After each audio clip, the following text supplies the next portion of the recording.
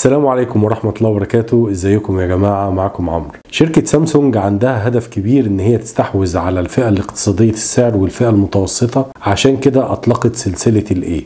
والنهاردة معانا ضيف جديد هو الاي 30، هنتكلم عنه باستفاضة وهنبين مميزاته وعيوبه، وهنتكلم في اخر الفيديو على سعره، وهنقول ان الموبايل ده مين المنافسين بتاعه وهو اتفوق عليهم في ايه. يلا بينا نبدأ الفيديو.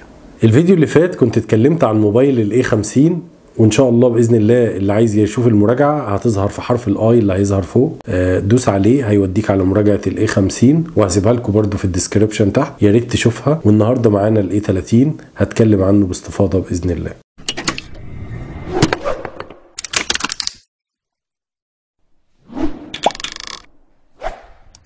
وطبعا زي ما احنا متعودين اول حاجه بتكلم عنها في مراجعتنا هي التصميم، والتصميم بقسمه جزئين، جزء امامي وجزء خلفي. بالنسبه للجزء الامامي التليفون بيجي بشاشه سوبر اموليد طبعا من نوع فول اتش دي بلس، والشاشه مساحتها 6.4 انش بدقه 2340 في 1080. وطبعا الشاشه نوتش سكرين، والنوتش هنا على شكل حرف يو او انفينيتي يو، دي التصميم بتاع شركه سامسونج السنه دي. والشاشه بتحتل بالظبط من جسم التليفون 85.1 من مساحه التليفون الكليه، وطبعا بابعاد 19.5 ل9، وعليها طبقه حمايه كورنينج جوريلا جلاس 3. ده كان بالنسبه للجزء الامامي. بالنسبه للجزء الخلفي التليفون بيجي مصنوع من ماده البلاستيك او ماده البولي كربونايت، مش ضعيفه ومش قويه، فالتليفون معرض ان هو لو وقع ممكن يحصل له خدوش او كسور او كده، فلازم تحافظ عليه وتحطه في جراب كويس يقدر يستحمل. ولكن طبعا الوان التليفون جميله وبيديك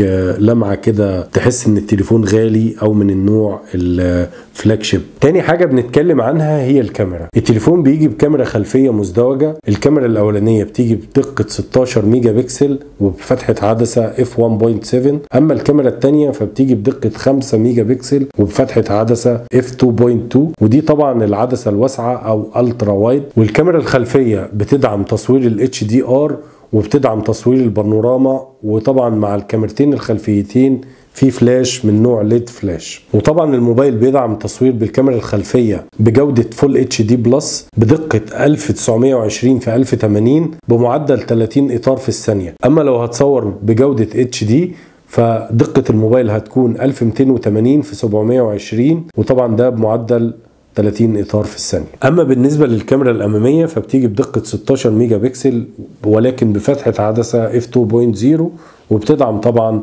وضع البورتريه او وضع العزل. رقم 3 في مميزات الهاتف، التليفون بيجي بمعالج سامسونج الجديد 7904 اوكتا كور بتقنيه ال 14 نانومتر، ودي تقنيه كويسه الى حد ما وبتوفر البطاريه. اما بالنسبه للمعالج الرسومي فهو من نوع ميل جي 71 ام بي 2، وده معالج رسومي كويس الى حد ما وبيديك اداء كويس. والمعالج بشكل عام كويس الى حد ما وقريب في ادائه من معالج كوالكوم سناب دراجون 636،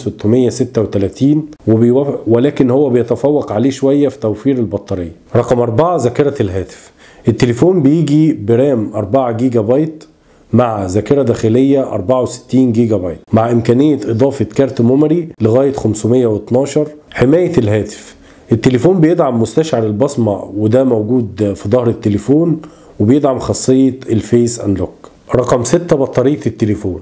التليفون بيجي ببطارية كبيرة مساحتها 4000 ملي أمبير وبيدعم خاصية الشحن السريع من خلال منفذ التايب سي. رقم 7 نظام تشغيل الهاتف. التليفون بيجي باندرويد باي 9.0 مع واجهة مستخدم سامسونج الجديدة ال1 يو اي.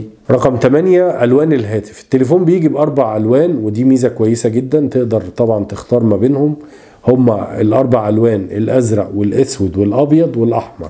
رقم 9 التليفون بيدعم مستشعر البوصلة ومستشعر الجيروسكوب وبيدعم راديو الاف ام. ودلوقتي يا جماعة هتكلم عن عيوب الهاتف السامسونج الاي 30. اول عيب معانا ان التليفون طبعا مصنوع من البلاستيك، وده عرضة ان هو لو وقع ممكن يتكسر او يحصل له اي مشاكل او خدوش، فدي بيعوضها ان انت زي ما قلت لازم تحط له جراب كويس وسكرينة من قدام عشان تقدر تحميه. تاني عيب ان الموبايل ما فيهوش لمبة اشعارات، ولكن بيعوض الموضوع ده خاصية الاولويز ديسبلاي اللي موجودة طبعا في السوفت وير بتاع سامسونج.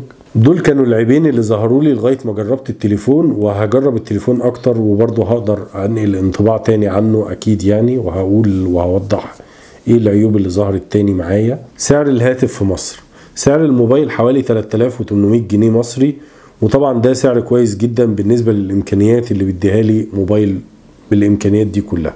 طبعا انا قلت ان انا هتكلم عن المنافسين اللي هيكونوا مع الموبايل دون. الموبايل ده نازل له منافس قوي هو شاومي نوت 7، مش عارفين لسه هيكون سعره كام، ولكن برضو هيكون في الفئة السعرية دي اللي هي حوالي من 3.5 ل 4000. وطبعا من فئة هواوي فهو بيقابله الواي 9 2019، ولكن انا شايف ان الموبايل ده يعني على الامكانيات دي فهو كويس. وطبعا في ناس كتير هي بتفضل سامسونج، فلو انت بتفضل سامسونج وعايز حاجة في فئة ال 4000 فانا شايف ان الموبايل ده هيكون كويس جدا ليك. ولغاية كده يا جماعة بيكون انتهى الفيديو بتاعنا. اتمنى ان انا اكون قدمت معلومات كافية عن الموبايل بتاعنا النهاردة سامسونج A30. وما تنساش تعمل لايك وشير للفيديو، وتعمل اشتراك في القناة، وتفعل زرار الجرس عشان تشوف الفيديوهات اللي بعد كده بإذن الله. وتابعنا على السوشيال ميديا عشان تعرف كل جديد بإذن الله. حساباتي تحت في الديسكريبشن هسيبها لك، وقناة ميدو برضه هسيبها لكم في الديسكريبشن، يا ريت تتابعوه، بيعمل فلوجات وجيمنج وحاجات كويسة هتعجبكم بإذن الله. واشوفكم على خير، والسلام عليكم ورحمة الله وبركاته. اشترك في القناة وفعل زرار الجرس، وما تنساش تعمل لايك للفيديو.